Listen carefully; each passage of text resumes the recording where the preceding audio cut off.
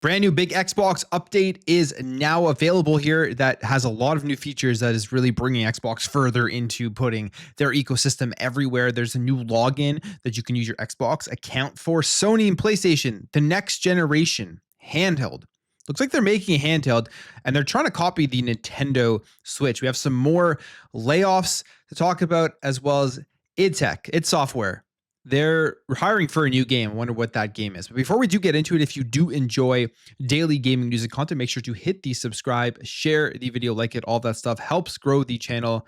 For now, let's get into the news.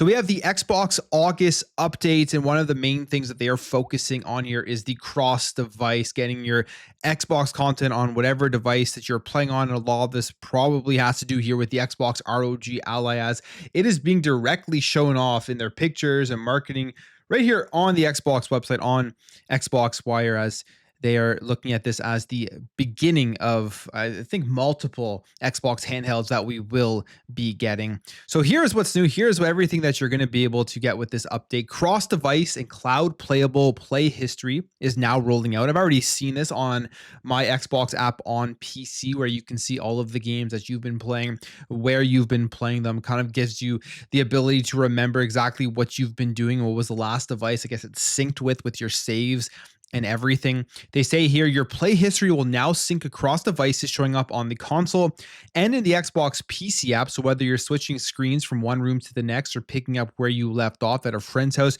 your recently played games are right there so you can jump back in. It's a nice little feature. It's a small quality of life feature, but I've found myself happy that that has been added here. And then you'll also start seeing cloud playable games show up in your history. So if you're not on a piece of hardware, a console, a PC, you're going to be able to see if those games are actually just able to be played via the cloud through the Xbox app on your phone or whatever device that supports that. And this is very important, especially because they are rolling out cloud gaming to Xbox Core and standard members. So everybody is going to get access to this and be able to play via the cloud.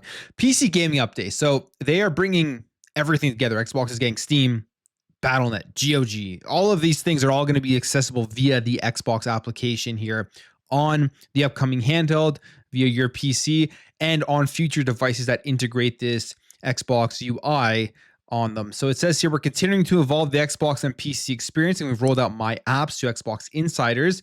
And it's a new tab in the Xbox PC app that makes it easier to get the apps that you use the most. Has your whole aggregated gaming library in there. The big thing here is going to be Steam. I mean, we've talked about this here for a while, how big Steam will be on the next console that does come out from Xbox. You can pretty much bet with these updates that they are making here, it is going to be there. They're trying to make that access available so that you're getting your entire PC library playable everywhere that you're within their ecosystem, which is a great thing. The next thing here is the gaming co-pilot beta on the game part is now in preview to the Xbox Insiders, and this just helps you get through games. You ask it questions, it'll help you figure out stuff with AI, and right now with search functionality, quickly bring you to the right place. Controller navigation in the Xbox PC app, they say here, just got a lot smarter. So basically what they're adding here are smart updates for controller and keyboard users to navigate, to have it feel more intuitive and console-like. A to select, B to go back, Y to search. You'll notice smoother trigger and bumper behavior, faster scrolling, and smarter focus memory between pages, and keyboard navigation also gets a boost. So that is what is here with the Xbox August update. I think it's a big update because this is basically the beginning of where Xbox is heading with their ecosystem. And they're going to continue to update this so that when you launch on your handheld, you launch on your phone, you launch on your console, your PC, you're going to have basically all of the same features everywhere. And hopefully it'll all eventually just look the same. So there's no real confusion as to where you are playing, or no real difference as to where you are playing. Even right now with the Xbox PC app, if you do load it up, you get that little pop-up game bar that shows up that we've been seeing on the Xbox ROG Ally, and you can see exactly how that's going to work once you get the handheld in your hands. Quickly going through games, switching between your games, and all of your things there, like your friends list and your library, very easily accessible. Far better experience than having to utilize that stuff via just native Windows Windows 11, which when the PC handhelds were first launching, the Windows 11's ones, that's what you had to do, and it just wasn't a very good experience. So I think it's a pretty decent update here for August that Xbox users are going to be getting. The other thing here is GOG is adding a new Xbox login feature. Now, GOG is going to be accessible within the Xbox app, so they're really integrating here. If you have a GOG account, you can actually just use your Xbox account and log in now and quickly just link that. They say, are you an Xbox user looking to start building your DRM free library on GOG? And that is a huge thing, the DRM free stuff that GOG does offer. They say, we've got the perfect news for you.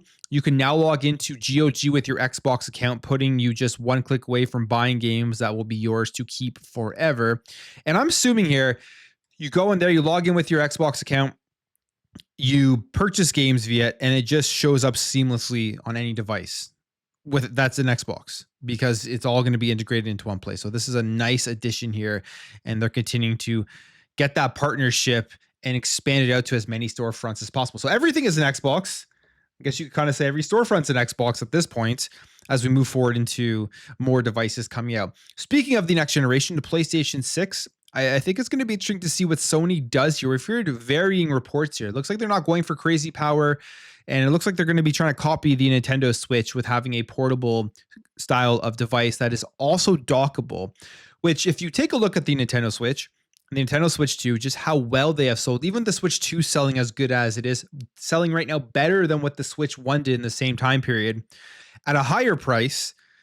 They're seeing here that the market doesn't care that much about having the highest specs, the highest power. They want things like portability and features in order to go out and buy the devices. And especially in Japan, where they love their handheld, Sony's probably looking at that as well and trying to compete more with the Nintendo Switch. So this is why I think they will more than likely do this, even though right now this is a rumor for the PlayStation 6 Portable.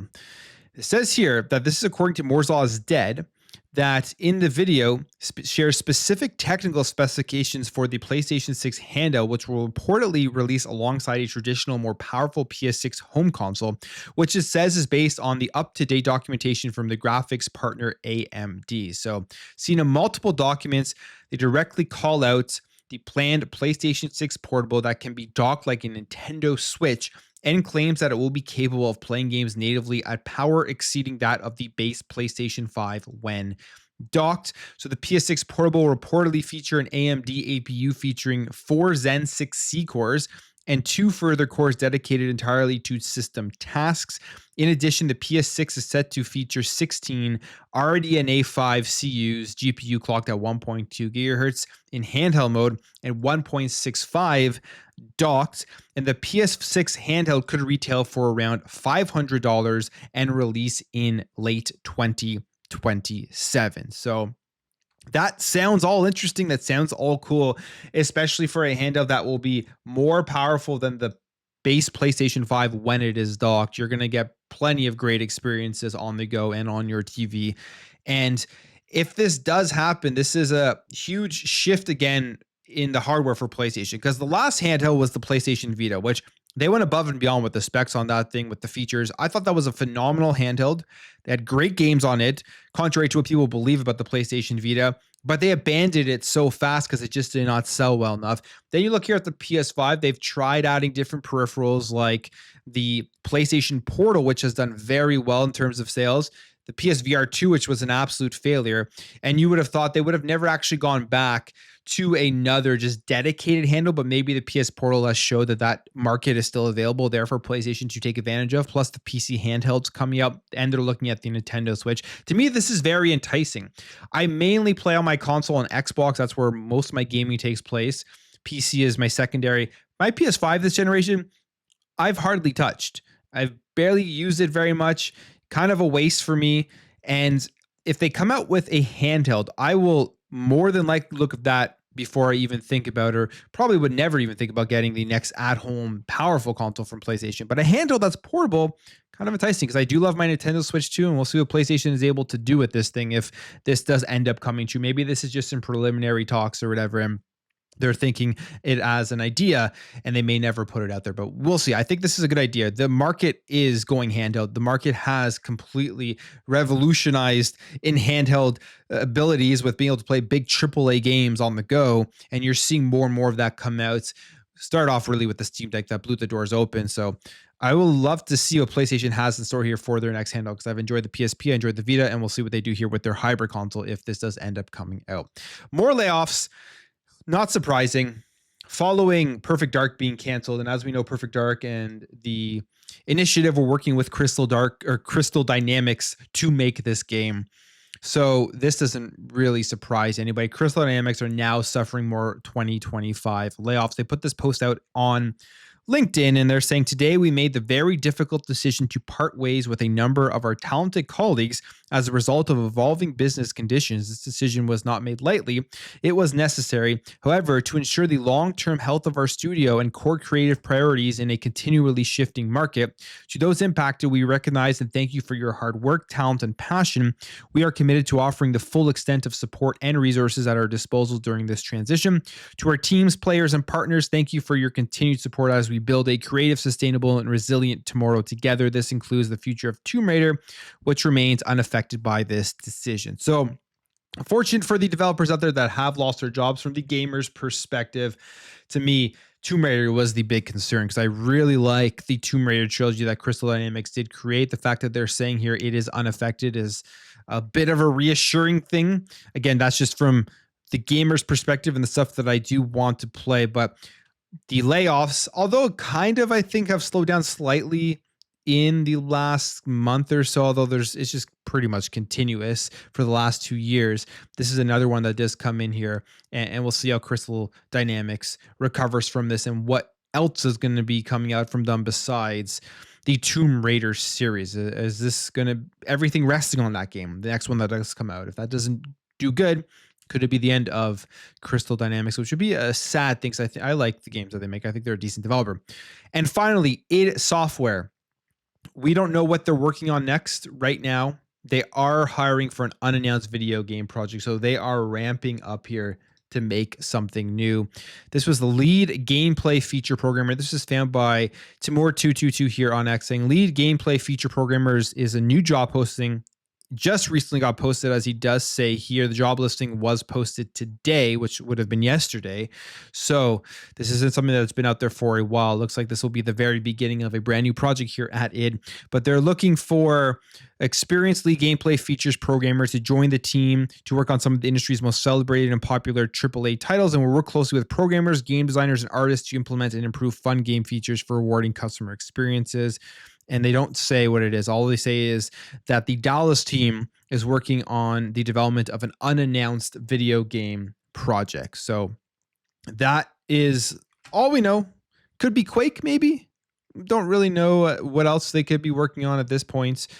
Quake would kind of make sense if they've talked about multiple times of bringing that game back with a brand new game and whole made from the ground up and everything. So I wonder if that's what it would end up being. But I'm going to end the video there, guys. If you did enjoy this video, make sure to hit that thumbs up. If you are new here, hit that subscribe, and I will catch you guys in the next video.